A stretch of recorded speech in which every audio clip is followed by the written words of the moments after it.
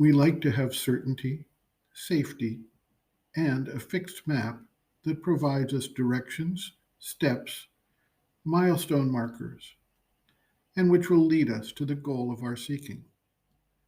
Spiritual development, however, is not quite the same as an automobile or train trip from one city to another.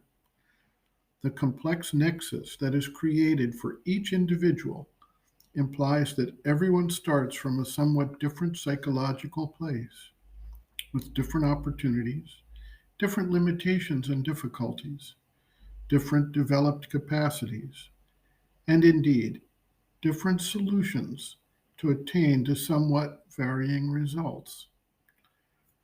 With this amount of complexity and variance, it is not feasible to set up one rule that addresses the circumstances of all individuals, and thus, a fixed and detailed, step-by-step approach to yoga and spiritual development is not actually possible. Even in the more precise physical asanas advanced in Hatha Yoga, not everyone can simply follow a fixed routine and achieve the same result.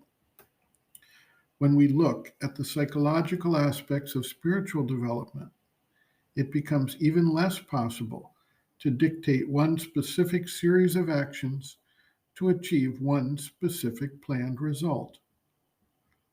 Sri Aurobindo and the Mother recognize this complexity and thus refrain from giving out specific and detailed instructions that would apply equally to all. They focused on sadhaks growing in consciousness, gaining situational awareness to understand what was occurring in their own development, and applying any number of a variety of methodologies, depending on the specific situation within which they found themselves. This wide variability in the development of the various practitioners of the yoga implied that there would be variances in the timing, manner, type, and depth of experiences that would arise for the seeker. For those who are eager for experiences, a delay in their occurrence became a source of anxiety, worry, and dissatisfaction and despair in some cases. Sri Aurobindo advises that experiences that come too soon for a seeker can themselves create issues, risks, and problems, and thus, an individual who undertook the processes to extirpate the influence of desire and the vital ego from the nature would be able to follow a much safer path of development. Sri Aurobindo writes, quote, "Experiences come to many before the nature is ready to make full profit from them.